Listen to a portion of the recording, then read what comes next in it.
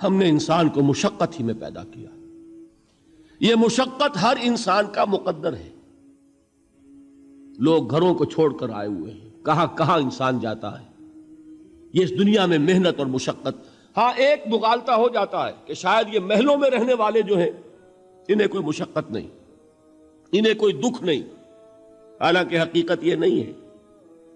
جو جتنا امیر ہے آپ دیکھیں گے اس کی جسمانی مشقت کم ہے، ذہنی کوفت زیادہ ہے.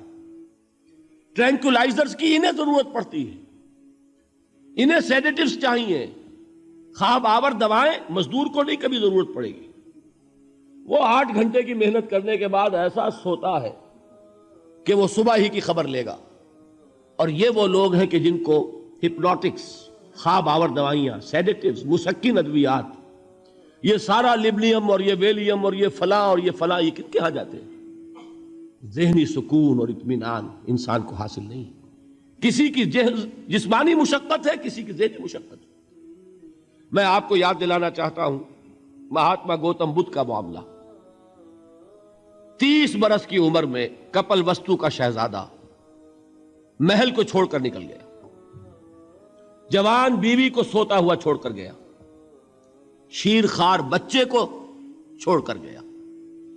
راجدھانی میں رہنے والا محل کا باسی، جسے یہ معلوم ہے کہ باپ کے بعد مجھے یہ سلطنت ملنے والی ہے، کیوں گیا؟ کبھی کبھی آپ نے سوچا؟ اس نے انسان کے غم اور دکھ کا مشاہدہ کیا. اس نے دیکھا کوئی اندھا ہے، ٹھوکر کھا کر گر رہا ہے. کوئی والدین کھڑے ہوئے رو رہے ہیں اور ان کی نگاہوں کے سامنے ان کا نہایت محبوب بچہ دم توڑ رہا ہے اور وہ کچھ نہیں کر سکتے.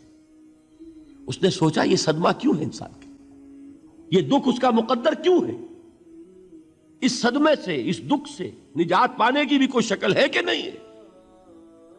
انسانوں کی ایک عظیم اکثریت، شاہ ولی اللہ دہلوی رحمۃ اللہ علیہ کے الفاظ ہیں کہ وہ لدو اونٹ اور کولو کا بیل بن کر زندگی بسر کرتی ہے. جو 8 گھنٹے تک اینٹیں ڈھو رہا ہو، اس شخص کا تصور کیجئے آپ. وہ واقعی انسان ہے یا حیوان بن گیا ہے؟ اور 8 گھنٹے کی اس محنت کے بعد بھی ہو سکتا ہے کہ 2 وقت کی روٹی اسے پوری نہ ملے.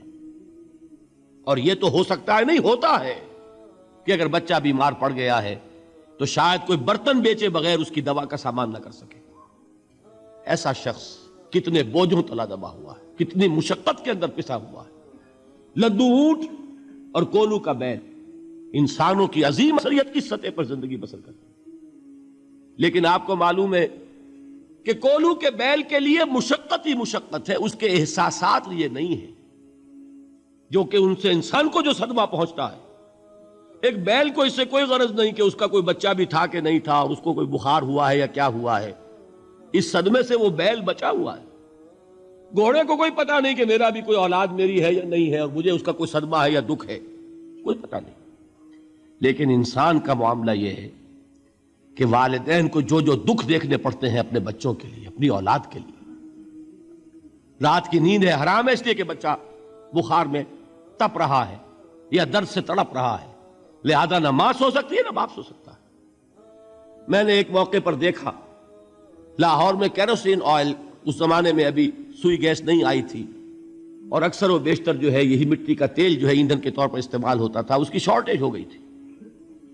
تو کئی فرلانگ لمبی قطاریں لگتی تھی ان دکانوں کے باہر، ڈپوں کے باہر. اور ایسے ایسے منظر بھی کہ ایک خاتون برقع پوش، ایک گود میں بچے کو لیے ہوئے، ایک کی انگلی پکڑے ہوئے، بوتل ہاتھ میں لیے ہوئے تیل کے لیے، اور کئی گھنٹے کھڑی ہے دکان پر. یہ مشقت انسان جھیلتا ہے کہ نہیں؟ غالب نے اس کا نقشہ کھینچا ہے کہ رنج سے خوگر ہوا انسان تو مٹ جاتا ہے رنج. مشکلیں اتنی پڑی مجھ پر کہ آسان ہو گئی.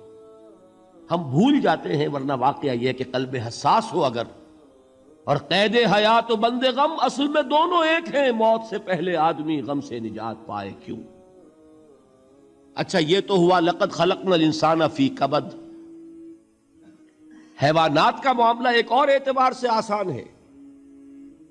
ان سے کوئی محاسبہ بھی ہے کیا؟ کوئی جواب دہی بھی ہے؟ کوئی ان کو اللہ کے حضور میں کھڑے ہو کر اپنے اعمال کا حساب بھی دینا ہے؟ نہیں. انسان کی یہ ٹریجڈی ہے، یہ المیہ ہے انسان کا. اس کو بھی قرآن مجید کی ایک سورت میں قسمیں کھا کر اذا السماء انشقت، اس کے بعد کیا فرمایا؟ یا ایھا الانسان انک کادح الی ربک کدحا فملاقیہ، اے انسان تیرا المیہ، تیری ٹریجڈی اس سے کہیں بڑھ کر ہے. تجھے صدمے پر صدمے جھیلتے ہوئے، مشقت پر مشقت برداشت کرتے ہوئے ایک روز اپنے رب کے حضور میں بھی کھڑا ہونا ہے، جواب دہی بھی کرنی ہے.